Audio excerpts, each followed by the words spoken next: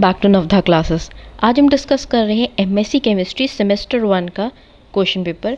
ये जो question paper है ये है इनऑर्गेनिक केमिस्ट्री का पेपर 1 CH411। सब्जेक्ट कोड है 3544, एग्ज़ाम कोड है 0447। ये जो क्वेश्चन पेपर है पंजाब यूनिवर्सिटी का है। इसकी वेटेज है 80 मार्क्स और इसको सॉल्व करने के लिए टाइम जो दिया गया है वो है 3 आवर्स का। इस क्वेश्चन पेपर के अंदर टोटल आपको 5 क्वेश्चन अटैम्प्ट करने हैं, जिसके अंदर जो क्वेश्चन नंबर 1 है वो कंपलसरी क्वेश्चन है, उसके सारे पार्ट अटैम्प्ट करने, कोई ऑप्शन नहीं। और उसके बाद जो बाकी की 4 यूनिट है उन यूनिट में से 2 में से कोई एक एक क्वेश्चन आपने अटैम्प्ट करना है। तो ये हो गया आपके टोटल 5 क्वेश्चन। अब हम आते हैं क्वेश्चन नंबर 1 कंपलसरी क्वेश्चन पे। इसमें 4 पार्ट हैं, चारों के चारों आपने सॉल्व करने हैं, कोई ऑप्शन नहीं, और सारे 4 मार्क्स ईच है। तो ये जो टोटल क्वेश्चन है क्वेश्चन नंबर 1, ये भी बाकियों की तरह 16 मार्क्स का ही बनेगा। Question number 1 A part, discuss free radical mechanism in inorganic reaction. B part, discuss various types of molecular orbitals and their formation. C part, what are equation reaction? Give examples. D part, draw the structure of intermediates formed during SN1 and SN2 mechanism in octahedral complexes. तो ये था question number 1। अब हम आ जाते हैं unit number 1 पे। Question number 2 A part, draw the possible geometry CIF3 and XCF2 and discuss their stability on basis of Vesper theory. B part, write short note on Bend rule and second is energetics of hybridization. ये दोनों part 8 marks each है। जो पूरा का पूरा question number 2 है ये 16 marks का बनेगा।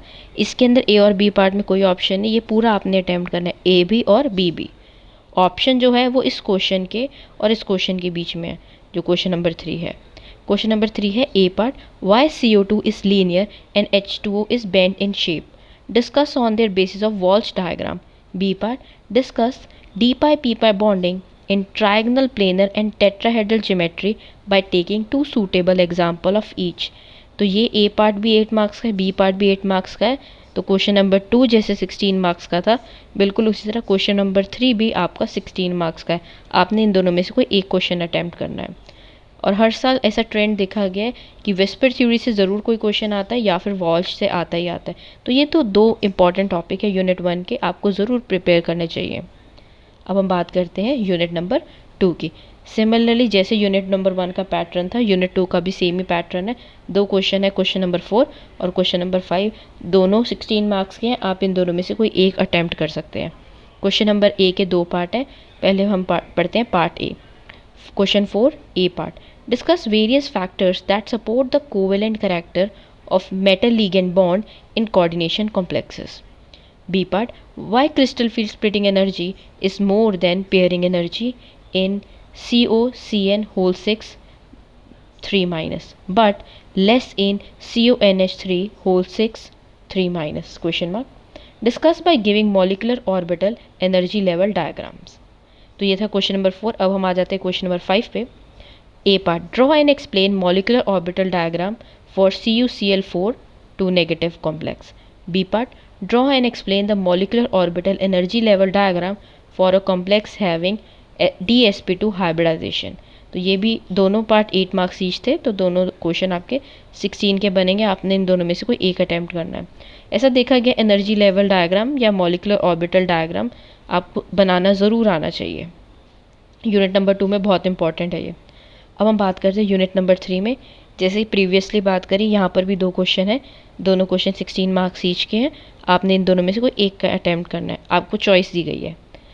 Question number 6 A part, differentiate between stepwise and overall formation constant by taking a suitable example. B part, discuss various factors affecting the stability of metal complexes with respect to ligands. Question number 7 A part, how the liability and inertness is predicted on the basis of valence bond theory.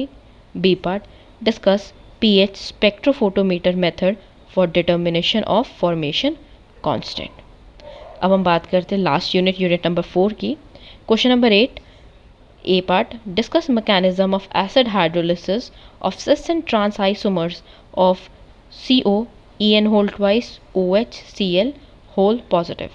B part, explain electron transfer reaction in OS bracket DIPY whole thrice overall 2 positive. OS DIPY whole thrice overall 2 positive system where DIPY is dipyridine। तो ये दोनों part 8 marks each हैं, तो question ये पूरा 16 का ही बनेगा। इसके ऑप्शन में जो क्वेश्चन है वो है question number 9 A part, discuss the stereochemistry of intermediate form in the base hydrolysis of a metal complex. And B part है which of the following Cl negative and NH3 has more trans effect, give reason and justify your answer by giving a suitable example।